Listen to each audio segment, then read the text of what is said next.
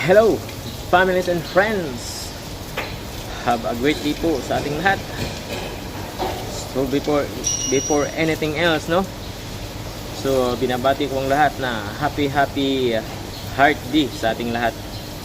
Especially sa mga lovers dyan. Happy Valentine's Day. Alright? So for today's video, no? So ito po ay basic tips, no? Sa mga gustong matuto kung paano hanapin ang small anong tawag niyan, maliliit na kimik, no?